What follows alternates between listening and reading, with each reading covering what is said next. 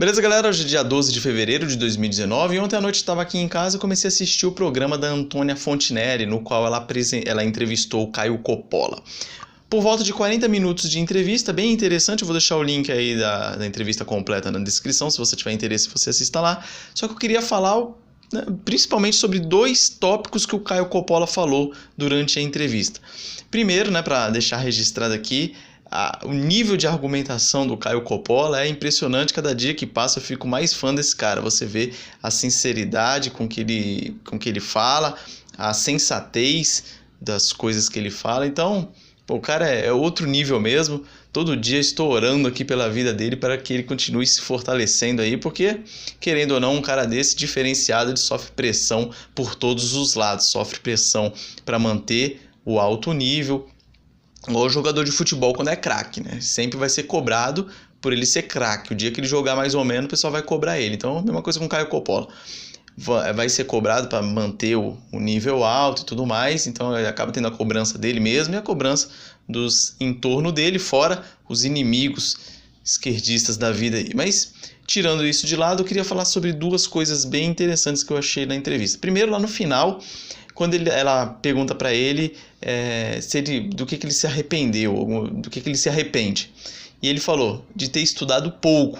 E aí ela dá risada, ela fala assim, pô, se você estudou pouco, o que eu vou falar sobre isso e tal? E fica naquele clima descontraído, mas só que pode dar uma impressão de arrogância. Talvez alguém que está assistindo lá e fala assim, pô, um cara desse manja tudo e fala que se arrependeu de ter estudado pouco e tal. Só que o que ele quis dizer é o seguinte, que ele se arrepende de não ter utilizado melhor o tempo dele quando ele tinha disponível. Ele falou assim, hoje em dia minha vida está uma correria danada, então não disponho de tanto tempo como eu gostaria para me atualizar, para pesquisar, para estudar. Então ele deveria ter aproveitado antes, isso que ele quis dizer. E eu penso isso também direto na minha vida aí. Às vezes eu me arrependo do tempo que eu perdi. Ele até na entrevista ele falou assim, eu sou muito fã do ócio, eu sou fã de descansar, de relaxar e tudo mais. Então ele fala a respeito disso, deveria ter aproveitado o tempo antes.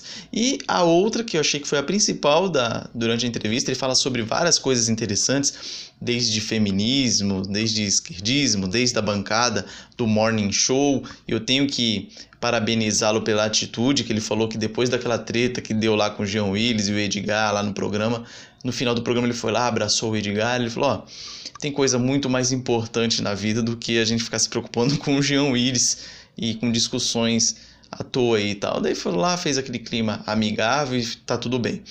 Aí ele falou sobre a diferença de ideias entre eles lá e tudo mais. Então, excelente postura dele, mostrando maturidade e sabedoria. Voltando aqui ao assunto, o que ele falou?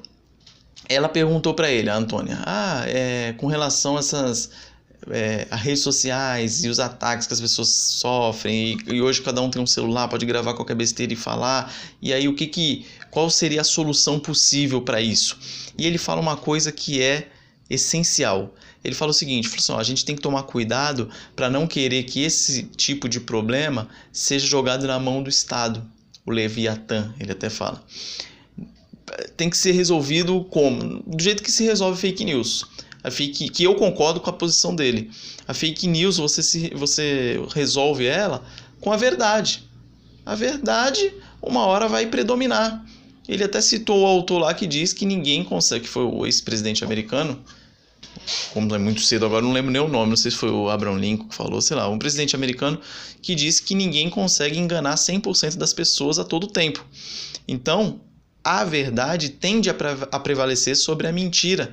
Aquilo que eu viro e mexe, eu falo aqui também a respeito disso, quando a pessoa cai em descrédito, já era, principalmente nos meios de comunicação.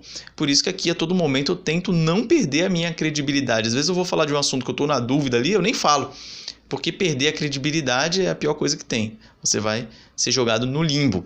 E aí você resolve esses problemas. Então ele falou sobre isso, esse problema das redes sociais, deixa se resolver por si só. Afinal, não existe mais um monopólio dos meios de comunicação, e isso é essencial. Até um tempo atrás, a verdade vinha de um lado só, a suposta verdade, né?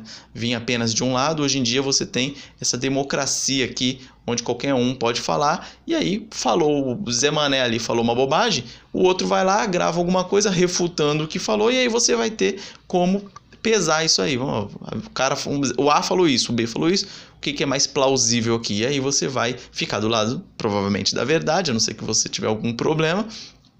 E aí, aquele que falou besteira vai ficar cada vez mais em descrédito, beleza? Então, forte abraço a todos, boa semana e até a próxima.